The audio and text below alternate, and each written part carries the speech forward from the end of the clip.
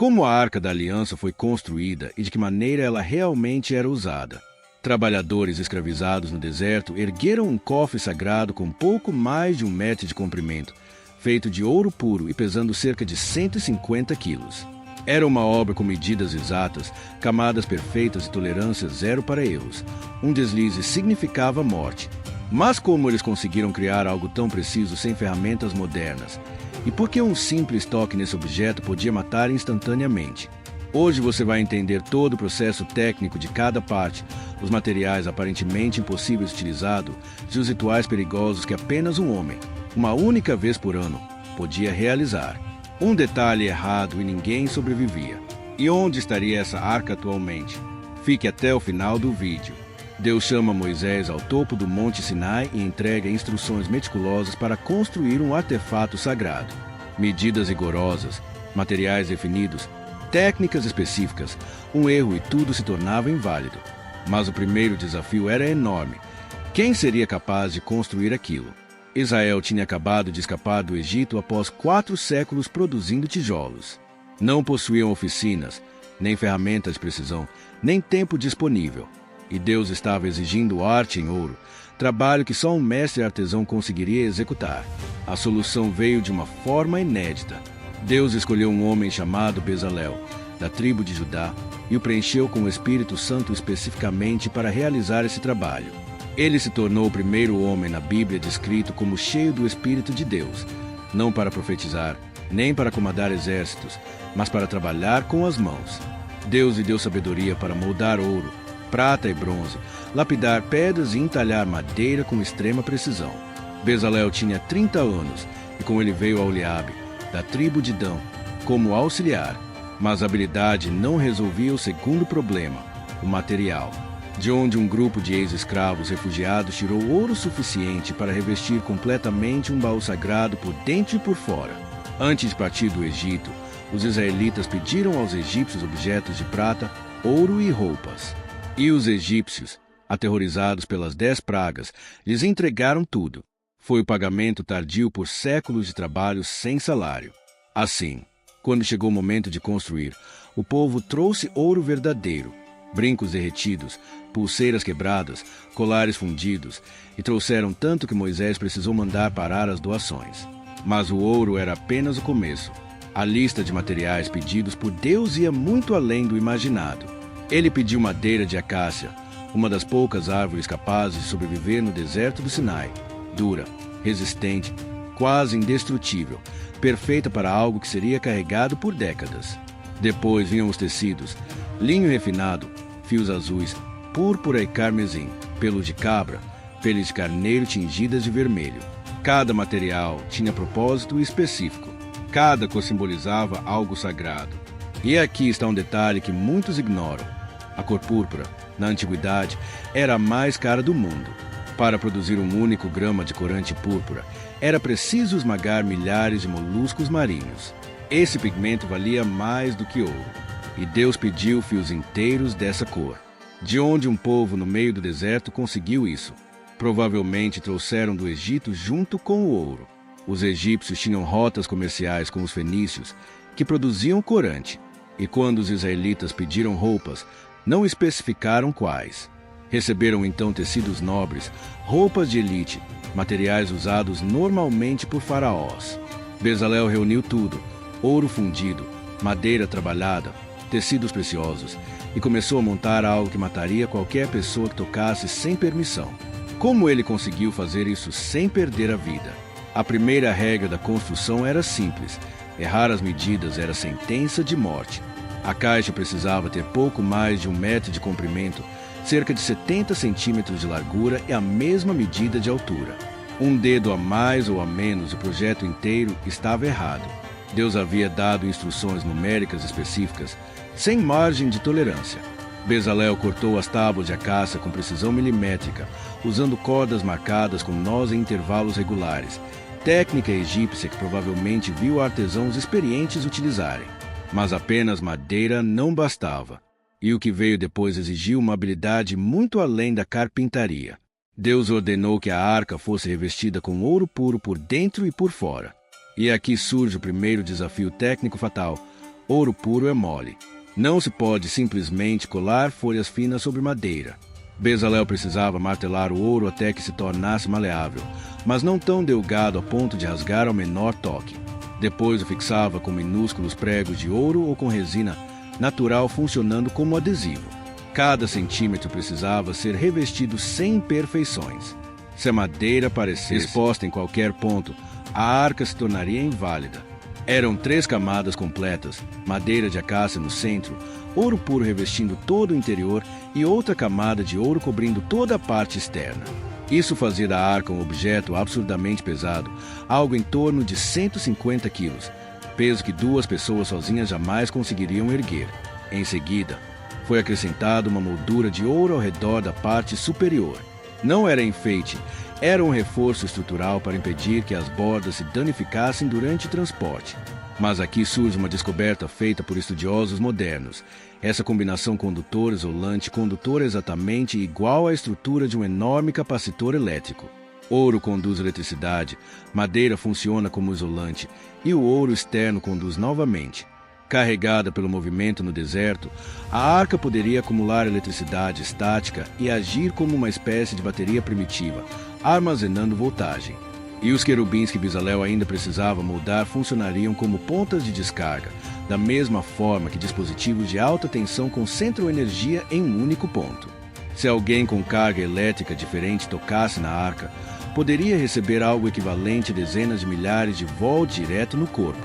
Morte imediata, sem explicação para quem presenciasse. Mas naquele período, Bezalel não fazia ideia disso. Ele apenas sabia que ainda precisava terminar a tampa, e o que ele esculpiu ali se tornaria o ponto mais perigoso do planeta. A arca estava concluída, mas vazia.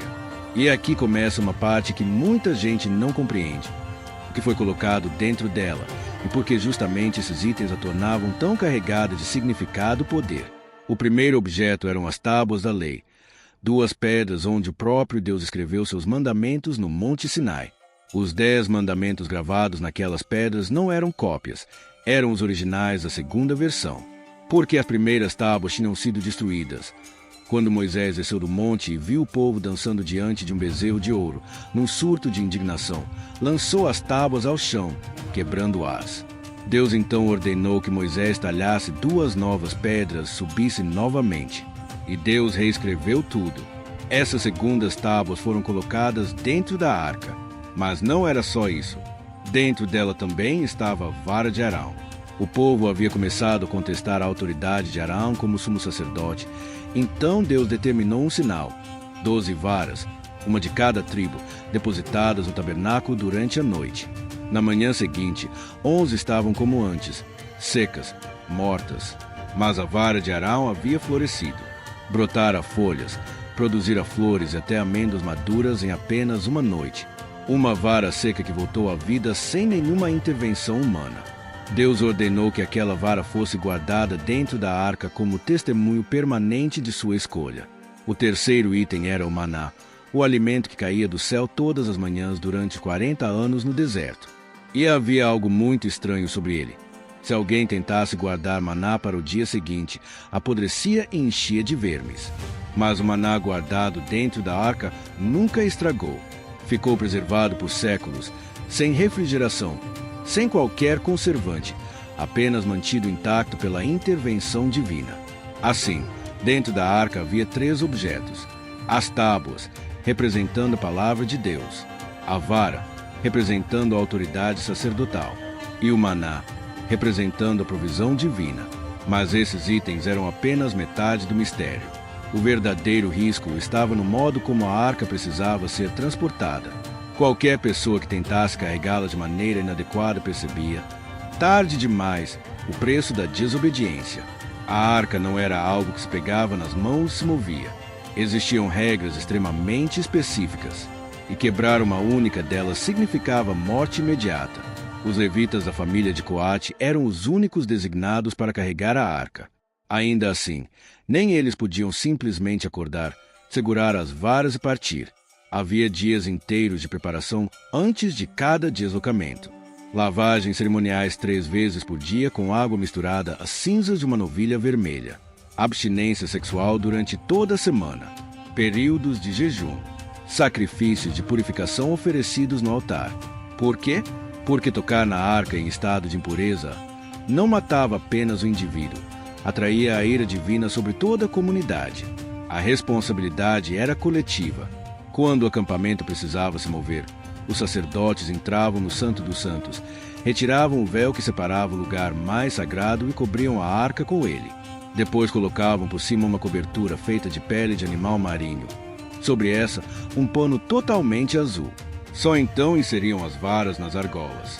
E aqui estava a regra que custou vidas. Apenas os levitas podiam carregá-la, e mesmo eles não podiam tocá-la diretamente. As varas eram o único ponto permitido de contato. 2 homens de cada lado, apoiando as hastes nos ombros, caminhando em perfeita sincronia. Se um tropeçasse e a arca balançasse demais, qualquer pessoa poderia agir por reflexo e tentar impedir a queda. Foi exatamente isso que ocorreu com Uzá. O rei Davi estava levando a arca de volta para Jerusalém, mas cometeu um erro gravíssimo logo no início. Colocaram a arca sobre uma carroça nova, puxada por bois. Parecia eficiente, parecia seguro, mas Deus nunca havia permitido carregar a arca numa carroça. Ela só podia ser transportada sobre os ombros dos levitas, usando as varas. A carroça seguiu adiante, aparentemente sem problemas, até que os bois escorregaram. O veículo sacudiu com força e a arca começou a deslizar. Uzá, caminhando ao lado, viu o que iria acontecer e agiu por instinto. Estendeu a mão, tocou na arca, caiu morto imediatamente. A ira de Deus se acendeu contra ele. Não foi acidente, não foi azar. Foi violação direta de um comando explícito e a consequência veio sem atraso. Mas a morte pelo toque não era o único perigo.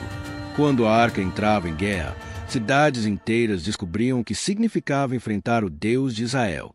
Quando Israel ia para o combate, a arca acompanhava, mas não do modo que muitos imaginam. O transporte da arca rumo à batalha obedecia a protocolos rígidos que a transformavam em uma arma psicológica devastadora. Antes de qualquer conflito, os líderes consultavam o Senhor diante da arca, usando o Urim e o Tumim, pedras sagradas guardadas no peitoral do sumo sacerdote. A resposta vinha de forma direta, sim ou não, avance ou recue.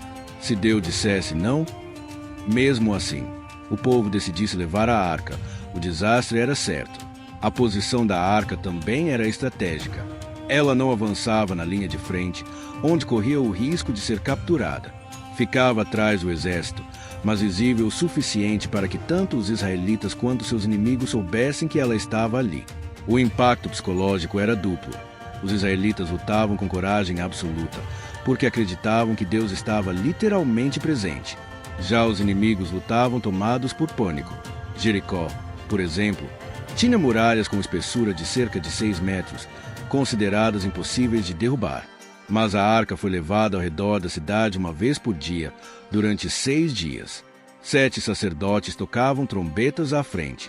No 7º dia, deram 7 voltas. Quando as trombetas soaram e o povo gritou em uníssono, as muralhas ruíram. E o detalhe arqueológico surpreende. Nas escavações feitas em meados do século XX, descobriram que as muralhas caíram para fora, não para dentro, como se algo de dentro da cidade tivesse empurrado tudo para o lado externo. Não parecia destruição por arietes, mas algo equivalente a uma explosão invertida, um colapso vindo de dentro. Alguns estudiosos sugeriram outra possibilidade. Se a arca de fato operava como um capacitor gigantesco, acumulando energia eletrostática, as trombetas e os gritos sincronizados poderiam ter causado uma descarga massiva. 7 trombetas emitindo frequências específicas, milhares de vozes vibrando ao mesmo tempo e a arca liberando toda a energia acumulada num pulso eletromagnético. Parece ficção científica, mas sua estrutura, ouro, madeira, ouro e querubins voltados um para o outro, é literalmente semelhante ao design de um dispositivo de armazenamento e descarga de energia. Porém, havia um ponto crucial. A arca só funcionava como arma quando Israel estava obediente. Em certa ocasião, o povo levou a arca para enfrentar os filisteus, acreditando que garantiria vitória automática, mas estavam vivendo em pecado sério. O resultado foi devastador. Dezenas de milhares de soldados morreram e a arca foi capturada. E o que os filisteus descobriram após tomá-la foi pior do que qualquer derrota em campo. Uma vez por ano, no dia da expiação, acontecia o ritual mais perigoso do mundo antigo. Era o único momento em que qualquer pessoa tinha permissão de entrar no Santo dos Santos, o recinto onde a arca ficava. E apenas um indivíduo, em toda a terra, podia entrar, o sumo sacerdote. Se qualquer outra pessoa tentasse, morria instantaneamente. Mas nem o sumo sacerdote podia simplesmente entrar. A preparação levava vários dias. Ele se separava da família e permanecia no templo durante todo o período. Passava por banhos rituais, realizava práticas de purificação, estudava cuidadosamente cada instrução e oferecia sacrifícios preliminares. No próprio dia do ritual, ele tomava um banho cerimonial completo, vestia roupas feitas exclusivamente de linho branco, sem nenhum detalhe de ouro, e sacrificava o novilho como oferta por seus próprios pecados antes de continuar. Depois, pegava um incensário cheio de brasas retiradas do altar, enchia as mãos com incenso perfumado moído e adentrava o Santo dos Santos. E aqui está uma parte que poucos compreendem. O incenso não era enfeite. A nuvem de fumaça precisava cobrir completamente o propiciatório. Caso contrário, ele morreria. A fumaça criava uma barreira de proteção entre o sacerdote e a manifestação direta da glória de Deus que repousava entre os querubins. Se ele entrasse sem incenso suficiente, veria a glória descoberta e morreria. Se o incenso fosse preparado de forma incorreta, com ingredientes diferentes dos ordenados, morreria também. Cada etapa precisava ser seguida com precisão absoluta. Depois de gerar essa nuvem protetora, ele saía, recolhia o sangue do novilho sacrificado e retornava. Com o dedo, aspergia sangue 7 vezes sobre o propiciatório e outras 7 vezes diante dele. Esse sangue cobria simbolicamente os pecados de Israel por mais um ciclo anual. O ritual inteiro durava cerca de 15 minutos dentro do Santo dos Santos. 15 minutos em que o sumo sacerdote permanecia sozinho, diante da presença física de Deus, sem testemunhas, sem auxílio, sem qualquer comunicação com o exterior. Se algo saísse errado, ele cairia morto ali mesmo e permaneceria no chão até o ano seguinte, quando o próximo sumo sacerdote entrasse. Por isso, alguns textos judeus tardios sugerem que amarravam uma corda ao seu tornozelo, embora isso provavelmente seja apenas tradição posterior. O que sabemos com certeza é que ninguém podia entrar para socorrê-lo. Esse era o uso ritual mais elevado da arca, um encontro anual entre o representante de Israel e Deus, mediado por sangue, fumaça e obediência impecável. Mas após séculos de funcionamento, algo inesperado ocorreu, e a arca desapareceu sem deixar rastro. Se você acredita que obedecer a Deus, mesmo quando não compreendemos os motivos, preserva a vida, escreva nos comentários: obedeço a Deus. No século VI a.C., os babilônios invadiram Jerusalém e destruíram o Templo de Salomão até as fundações. Quando os soldados entraram no Santo dos Santos, encontraram nada. A arca havia sumido. 3 teorias dominam o debate até hoje. Primeira teoria: os babilônios a destruíram e derreteram seu ouro. Mas nenhum registro babilônico menciona a captura de um objeto desse tipo. E os babilônios eram extremamente detalhistas ao listar tesouros de guerra. Nabucodonosor catalogou cada peça de ouro retirada do templo, taças, candelabros, utensílios, mas nunca mencionou a arca. Segunda teoria: os sacerdotes esconderam a arca em túneis secretos sob o monte do templo antes da invasão. E essa hipótese tem forte apoio arqueológico. Escavações modernas descobriram diversas câmaras seladas que ninguém pode acessar por motivos religiosos e políticos. Judeus proíbem a entrada por considerarem a área sagrada.